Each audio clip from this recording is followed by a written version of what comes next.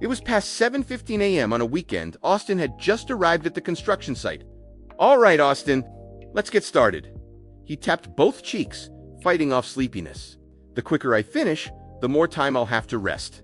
He tightened his safety harness. He'd been working long shifts for weeks without proper rest. He really needed this weekend.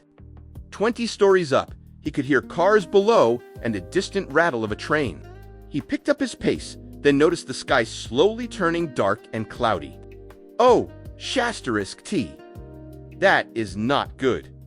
He knew he shouldn't have trusted the forecast. Too bad James called in sick. Things would have been a lot easier with two of us.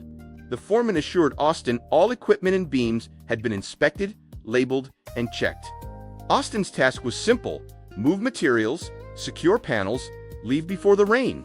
He stepped on a beam labeled inspected, and the metal suddenly gave way. Just like that, Austin fell from the 20-story building. He didn't have time to scream. Everything went dark. Austin's eyes snapped open, heart pounding, the fall replaying in his mind. Weren't those beams inspected? He couldn't believe he'd fallen, yet somehow survived. Where am I? He wasn't in a hospital. He was somewhere completely different. He tried to sit up and groaned, chest tight, whole body numb. Something was deeply wrong. It felt like his organs were melting from the inside. A blue panel appeared, hovering before him, initiating binding to host. Poisonous substance detected, creating countermeasures. No trace of poison remains. His body began to glow. Warmth spread through him, and all pain vanished. First skill acquired: Poison Purge. Austin couldn't believe he now had a system. But wait, why would the system detect poison? He fell from a building. He looked around. The room was unlike any modern room he'd ever seen. A wave of information flooded his mind. He groaned as it all poured in. I've transmigrated into the body of a prince with the same name as mine. He had awakened in a world of swords, magic, exorcists, demons, and beautiful demi-humans. Scanning his new memories, Austin realized why the system detected poison. He was the fourth prince living in the Emperor's royal palace with 3 older brothers vying for the throne. All 3 brothers would do anything to secure the throne, including eliminating each other. The 4th prince had been invited by a brother to discuss an alliance and was unknowingly poisoned. The 4th prince died, and Austin's soul found its way into his body. Austin plopped back down onto the bed and groaned. Ugh, what have I gotten myself into? He was disappointed the 4th prince had never trained and was the weakest exorcist in the palace.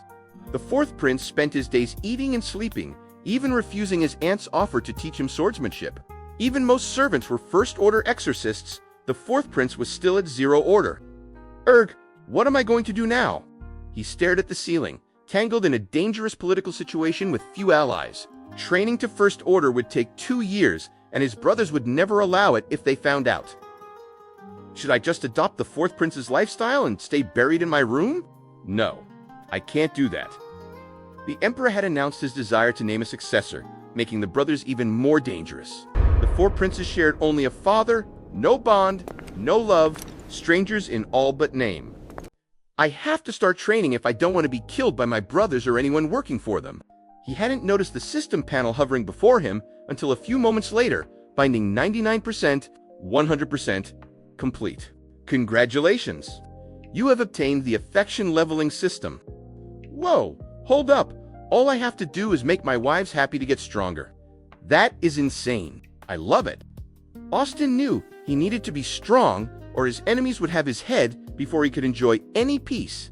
His current body was weak, making his goal of a simple, peaceful life feel unattainable. But reading the system's prompt, a glimmer of hope shimmered in his eyes. Searching his new memories, Austin spotted the Imperial Edict scroll beside his futon. This must be it. He opened the scroll. It stated that he will marry 2 noble daughters within a month.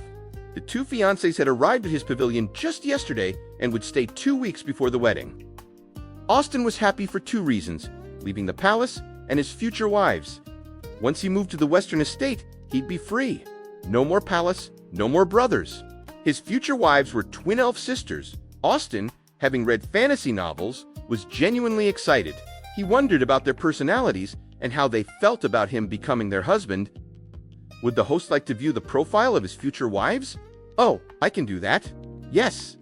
Wives profile Lena Han. Affection, level 1. Age 18.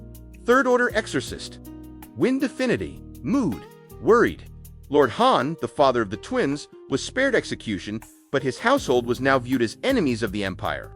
Lena was worried about what Austin might think of her, despite Aunt Sue's reassurances. Myra's profile is locked, her affection level is too low to view, new skill acquired. Parlotrix performed simple magical illusions to lift your wives' spirits. Austin was speechless. Lena was gifted in both magic and swordsmanship. Her achievements weren't a joke. 2 years ago, Lena solved the Dragon Seal paradox, reactivating a lost barrier that stopped a spirit beast stampede. Myra alone held back over 200 demons at the outer gate until reinforcements arrived.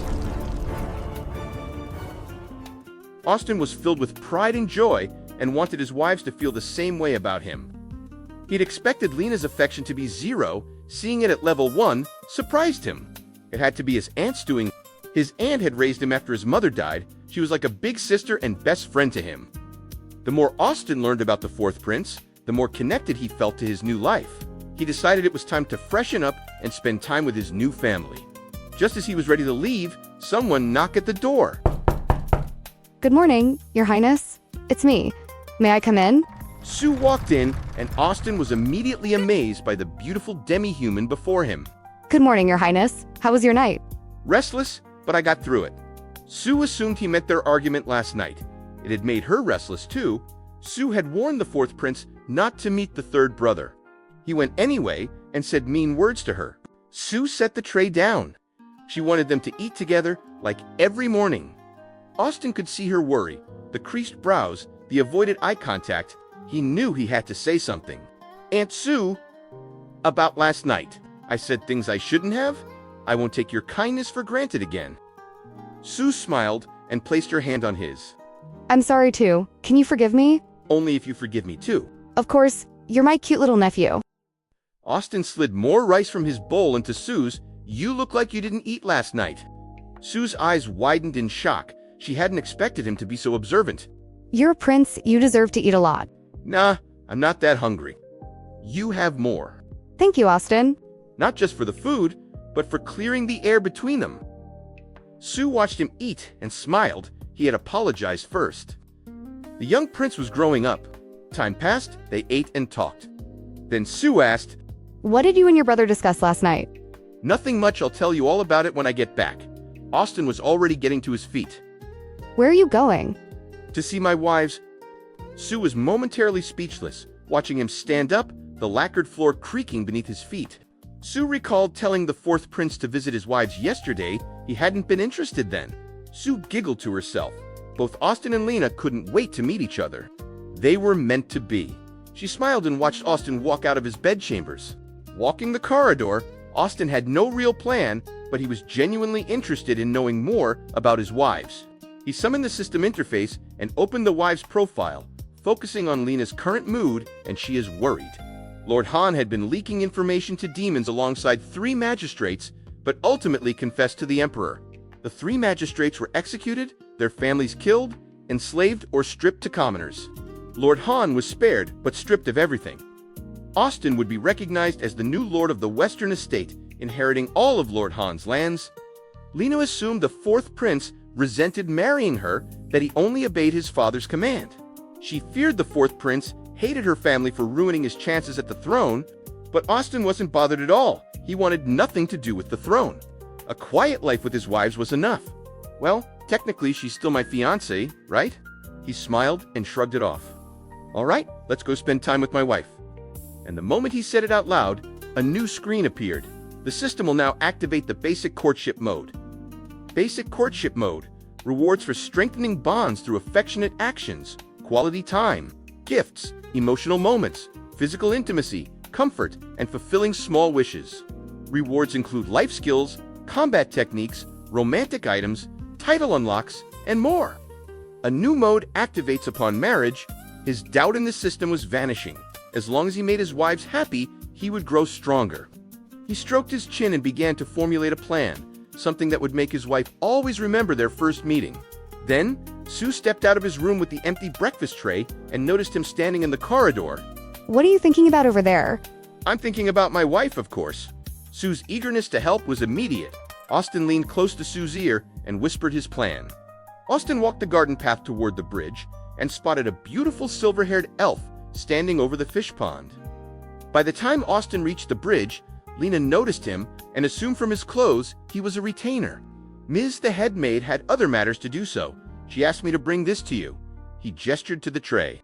A look of sadness crossed Lena's face. She had been looking forward to spending more time with Sue. Lena smiled privately, remembering Sue's story, the 3-year-old prince hiding naked in the laundry basket.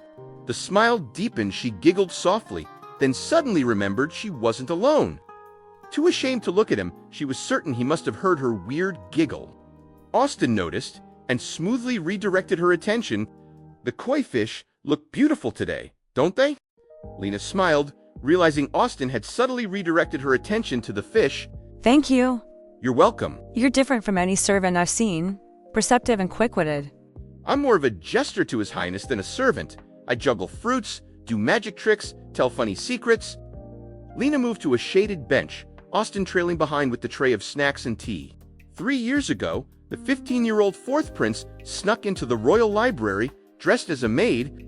He owed the librarian 6 overdue scrolls, so he figured a maid disguise would let him sneak in undetected.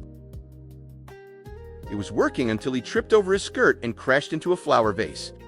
Oh no! Someone help me! These scrolls are ever so heavy. Austin switched to a high-pitched voice. Austin demonstrated the maiden hand wave, ridiculously elegant, and Lena giggled even more. No one dared say a word. They just helped him up and let him leave with the scroll. If His Highness hears this, you'll be in so much trouble. He'll overlook it once he sees the smile on your face. Austin was quietly proud. It was his first time talking to an elf, and she was going to be his wife. By the way, what is your name? Names are dangerous in the palace. I have a feeling you're not used to remembering servants. Lena stiffened. He was right. She had never bothered to learn servants' names, only the head maids. You act and speak like a noble. Then I should be more careful. I wouldn't want to start rumors. Wait, before you go, could you sit and tell me the stories His Highness likes? Hours passed, story after story. Lena grew more absorbed with each one, especially romance with strong female leads. Did she become empress? Yes. But what about her sister, her father? Will she visit him again? Maybe we should call it a day. But we haven't finished the story yet. We'll continue tomorrow. A maid arrived and bowed. Your Highness, would you like some more snacks and tea? Oh, crap!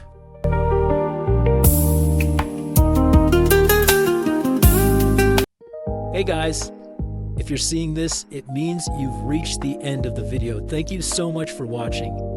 I'd love to hear your feedback, so please drop a comment below. Let me know what you think of the novel. Also, if you have ideas on how I can make these videos better, feel free to share. I really appreciate the help. By the way, if you're looking for the title of the novel, I've pinned it at the top of the comment section. See you guys next time.